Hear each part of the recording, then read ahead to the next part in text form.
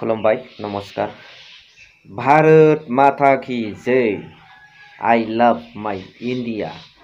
I love Modi ji. I love air defence system of India S-400।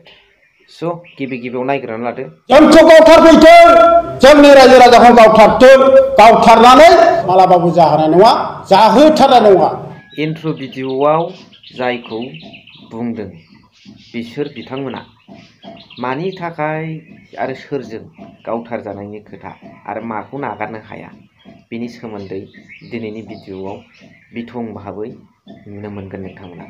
स' hello' everyone, once again welcome back to the channel. दिनैनि गोदान video' नोंथां बयखौबो गोसो गोथारै बरायदों, लोगोसे आसा खालामो इसोरनि अननायाव नोंथांमोन बयबो मोजां दं। ज' फट बरजरायाव जे मोनसे पावार प्रजेक्ट आदानि कम्पानिया लाबोनो थाखाय 3600 बिगा हाखौ लानो नागिरदोंमोन। टटेलि बेथ' फोरमान जाखाबाय ट्राइबेलफोरनि हा होननानै। नाथाय बेखौ होबथानो थाखाय माखासे बर' सुबुंफ्रा जोबोद मोजां मोनसे कमिटि दानानै लाबावबाय। बे कम्पानिखौ अपोज खालामाखै, जेरावखि जाया बानायनो हागोन। नाथाय बे एरियायाव, बे ओनसोलाव बानायोब्ला गोबां बे सुबुंनि दरब्रै दरबासो गामिफ्रा डिसप्लेस जानांगोन आरो खहा जोबोद जागोन। बे खोथाखौ बिथांमोना बुंथिनानै लादों। बेखायनो जे बे कम्पानिखौ जिहेतु होबथायाखै, बे कम्पानिया हा लानो नागिरनाय ट्राइबेलफोरनि हा नागिरनायनिफ्राय रैखा मोननो थाखाय मोनसे कमिटि जादों। दा बे कमिटिया मोनसे स्ट्रं खोथा बुंदों जे नांगौ बिथांमोनखौ गावथारजोबबासो बे हाखौ मोननो हागौ बिथांमोना। आरो मोननो मालाय मोरै? बिथांमोनखौ गावथारबा बिथांमोननि उनाव आरो फैलायगोन बेखौ होबथाग्रा। दा बाथ्राया गावथारनायनि नङा, मानि थाखाय हाखौ नांगौ। जों ट्राइबेलफ्रा गुसेब जायगायाव रायजो जानो हाया, जोंनो अहल बहल हा नांगौ। जों बिफां लाइफां, मोसौ मोसा, माइ आबादजों नांथाबनानै जाग्रा। जोंनो आबाद मावनो गुवार जायगा, मोसौ खानो गुवार जायगा, बोरमा खानो गुवार जायगा, अमा खानो गुवार जायगा नांगौ।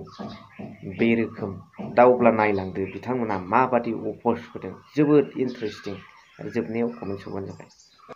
गिबियावनो आं बेखौनो बुंनो लुबैदों जे जोङो आगोलनिफ्रायनो मथामथि जोङो 25-26निफ्राय जोङो नैबे हानि थाखाय एसे जुजिबोबाय थादों। दा बिथांमोनहाबो जोंनि नैबे मेडिया प्रेस खालामनायजों लोगोसे बिथांमोना मिथिनानै जोंखौ दाखालि 9 थारिखआव लेंहरदों जोंजों सावरायनो होननानै। बे सावरायनायाव जों बिथांजों मोगा मोगि जादों। बिथाङा बुंदों जोंखौ बे पावार प्रजेक्ट होनायाव नोंथांमोना जेबो खथि जाया, नोंथांमोननो सुबिदासो होगोन, साख्रि होगोन, हायाबो रेजिस्टार जागोन। बे खोथाखौ बिथाङा बुंदों। नाथाय जों गनायनो हायाखै। दिनैहाय बिथांमोनखौ, आदानि कम्पानिखौ अरुणाचल बा मणिपुर हरै साइडनिफ्राय होखारहरजादों। दा जोंनाव जायगा मोनैखाय जोंनाव फरबजराव नुहुरनानै बिथांमोना जायगा होदों। नाथाय जोङो बे जायगा होनायखौ जों गनायनो हाया, मानोना जोंहा गामि दरबासोआ फुरा खथि जायो। बे खथि जानायनि थाखाय जोङो जोंनि रायजो राजाजों दाखालि CM सारा जोंखौ बुंनाय मथे जों दिनै रायज्लायफैबाय। गामियाव रायज्लायनानै बिथांमोना जोंनि खोन्थाबोनायखौ खुद्रिदोंसो। बे खुद्रिनाय हिसाबै जों दिनैहाय मोनसे गोरा थांखि लाबावदों। बे गोरा थांखियानो जादों, जों सावरायबाय थानाय अबस्थायावनो जों मोनसे कमिटि दाना लाबाय। ट्राइबेल बेल्ट एरियाखौहाय जोङो प्रटेक्सन खालामगोन आरो जोंनि नैबे एरियायाव जानाय जेनाखि आदानि कम्पानि फैनो नागिरदों, बे कम्पानिखौ जों माब्लाबाबो जाहोथारा, जाहोनाय नङा होननानै जों गोरायै बेखौनो बुंदों। दा बिथांमोना जोंनि खोथाखौ जुदि गनायाबा, जोंनि सलुसनखौ बुजियाबा, जों मोनसे थांखि लादों। जोंनि हाखौ जुदि बिथांमोना लाथारनो सानोबा जोंखौ गावथारफैथों, जोंनि रायजो राजाखौ गावथारथों, गावथारनानै बे हाखौ लाफैथों होननानै जों मोनसे थिरांथा लादों। बे गावथारफैथों, जोंखौनो गावथारदों। जों दिनैहाय ट्राइबेल प्रटेक्सन कमिटि दाबाय। बेनिफ्राय दिनैनिफ्राय बुजिनानै जुदि जोंनि खामानिखौ मोजां मावाबा, सलुसन खालामना होआबा, जों आवगायलांबाय थागोन। आवगायलांनायनिफ्राय जों फासयनायाव गैया।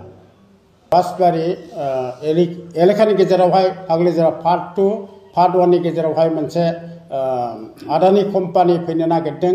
दा बेखौहाय जोङो आगोलनिफ्रायनो होबथागासिनो दं। दिनै जोङो दाखालिसो 9 थारिखआव जोङो बिथांजों मोगा मोगि जादों।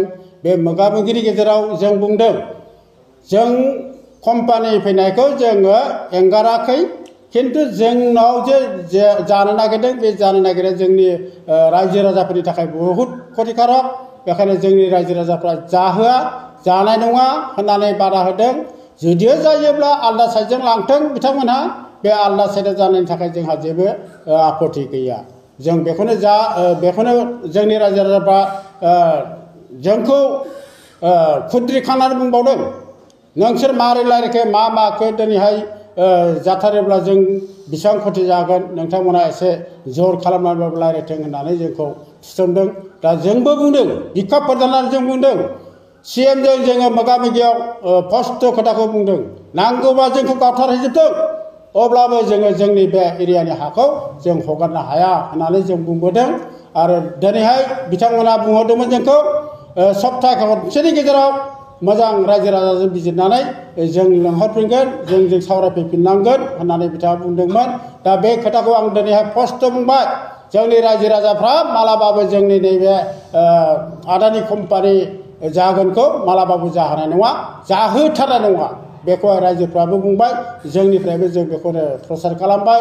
आरो जों दिनैहाय मोनसे कमिटि गोख्रों बानायबाय। बे कमिटियावबो आंनो प्रेसिडेन्ट, भाइस प्रेसिडेन्ट बिनुता ब्रह्मखौ होदों, सेक्रेटारि दं, सेक्रेटारियाव मदन प्रसाद हाज'वारिखौ होदों, आरो सासे जों एसिस्टेन्टआव लादों, ओमफ्राय ट्रेजारार लादों, ओमफ्राय बाखि जत' दङ जोङो गावबुरा सन्थानिफ्राय प्रत्येक गामिनि साफा साफा मेम्बाराव थिसनना लाबाय। दा बेजोंनो जों मावगोन होननानै गोख्रों थांखि लानानै जों दिनैनि फकास खालामनाया बेखिनियानो। स' नुनो मोनबाय नोंथांमोना मा सानो कमेन्ट्सनि गेजेरजों फोरमायहरबानो जाबाय। Thank you for वाचिं।